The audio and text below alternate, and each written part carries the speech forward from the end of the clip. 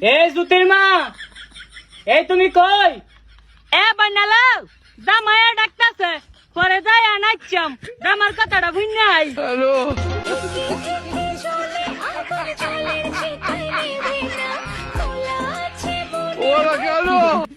আসসালামু আলাইকুম জামাই, আমারে ডাক দিছেন?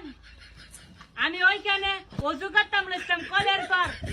ও আচ্ছা, কলের পর গেছিলা? ওই বাদ দাও, ক্ষুধা লাগছে, ভাত খামু। আচ্ছা আপনি রেডি হন, আমি থালা বাসন মুড়াই আপনারে বাদ দিতাছি। দুষ্ট কোকিল ডাকে রে, কি করে বাঁশি বাজে।